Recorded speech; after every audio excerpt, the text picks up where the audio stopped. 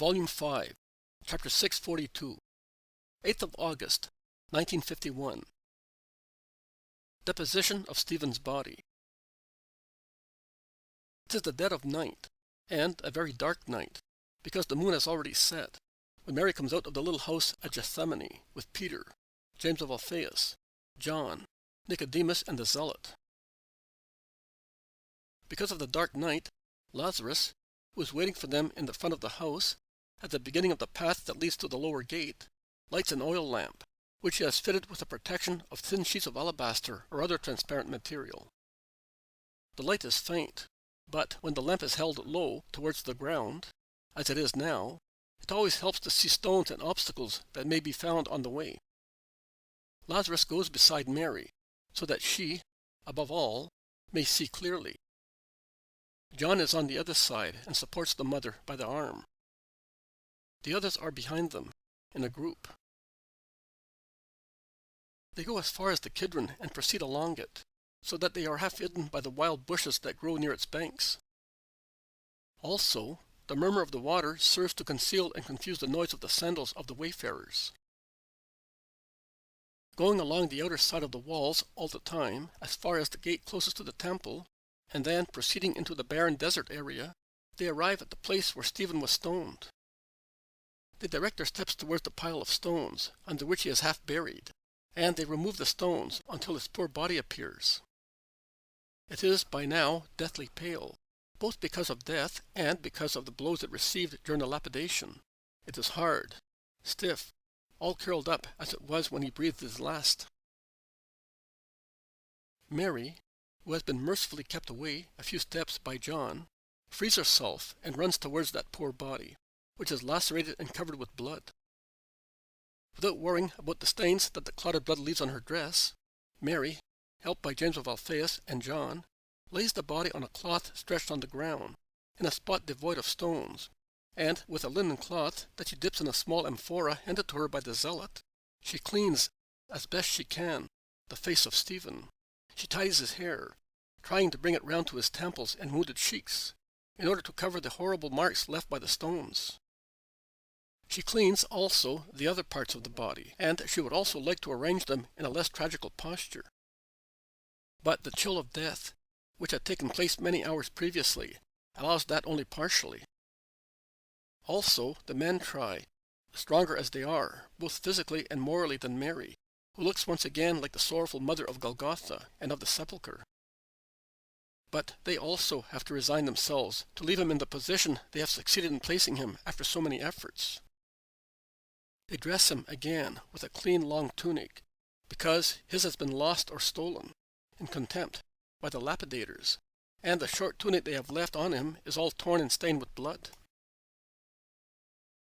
Having done that, always in the faint light of the lamp that Lazarus holds very close to the poor body, they lift him and lay him on another clean cloth.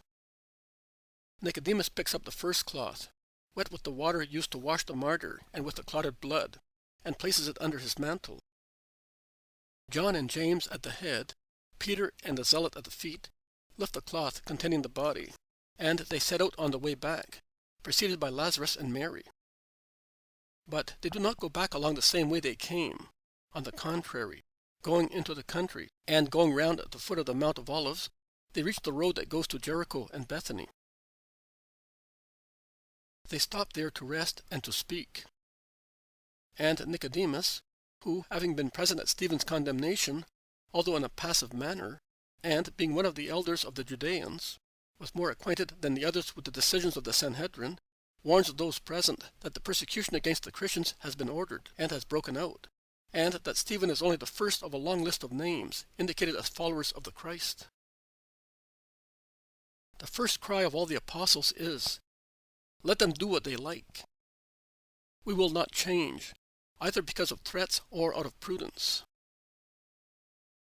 But the more judicious ones among the people present, that is, Lazarus and Nicodemus, point out to Peter and to James of Alphaeus that the church has only a few priests of the Christ, and that if the more important ones of them were killed, that is, Peter the pontiff and James the bishop of Jerusalem, the church would survive with difficulty.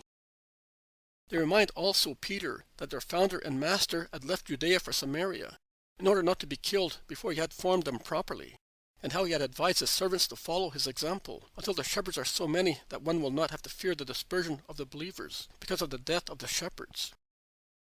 And they conclude, saying, You ought to scatter as well through Judea and Samaria.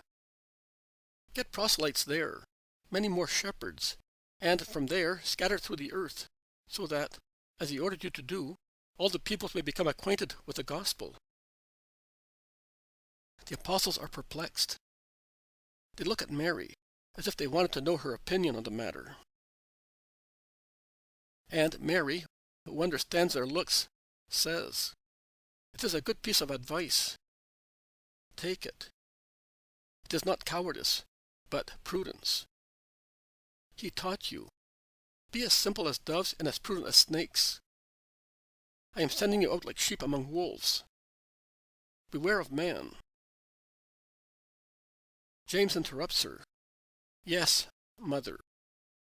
But he also said, But when they hand you over, and you will be dragged before governors, do not worry about what you have to answer. It is not you who will be speaking, but the Spirit of the Father will be speaking for you and in you. And I am staying here. A disciple is to be like his master. He died to give life to the church. Every death of ours will be a stone added to the great new temple, an increase of life for the great immortal body of the universal church. Let them kill me, if they wish so. Living in heaven, I shall be happier, because I shall be beside my brother, and even more powerful.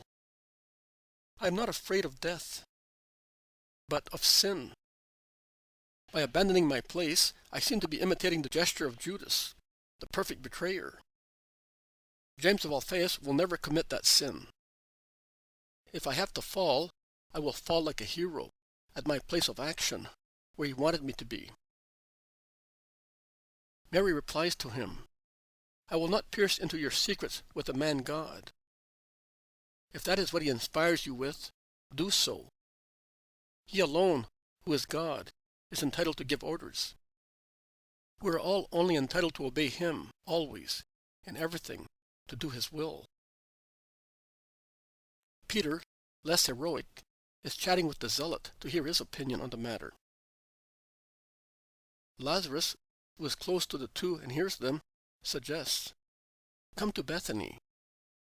It is close to Jerusalem and to the road to Samaria. The Christ left from there many a time to avoid his enemies. Nicodemus, in turn, suggests, Come to my country house. It is safe and close both to Bethany and to Jerusalem, and it is on the road that takes one to Ephraim, via Jericho. No, mine is better, as it is protected by Rome, insists Lazarus. You are already hated too much, since Jesus raised you from the dead, asserting so, powerfully, his divine nature. Consider that his destiny was decided just because of that. Watch that you do not decide yours, Nicodemus replies to him. And what about my house? It is really Lazarus's. But they still call it mine, says Simon Zealot. Mary intervenes, saying, Let me ponder, think, decide which is the best thing to do. God will not leave me without his light. When I know, I will tell you. For the time being, come to Gethsemane with me. Seat of all wisdom, mother of the Word and of the light, you are always the star that guides us safely. We obey you, they all say together, as if the Holy Spirit had really spoken in their hearts and on their lips. They stand up from the grass on which they had sat at the edge of the road, and while Peter, James, Simon and John go with Mary towards Gethsemane, Lazarus and Nicodemus lift the cloth in which the body of Stephen is enveloped, and at the first light of dawn, they set out towards the Bethany and Jericho road. Where had they taken the martyr? A mystery.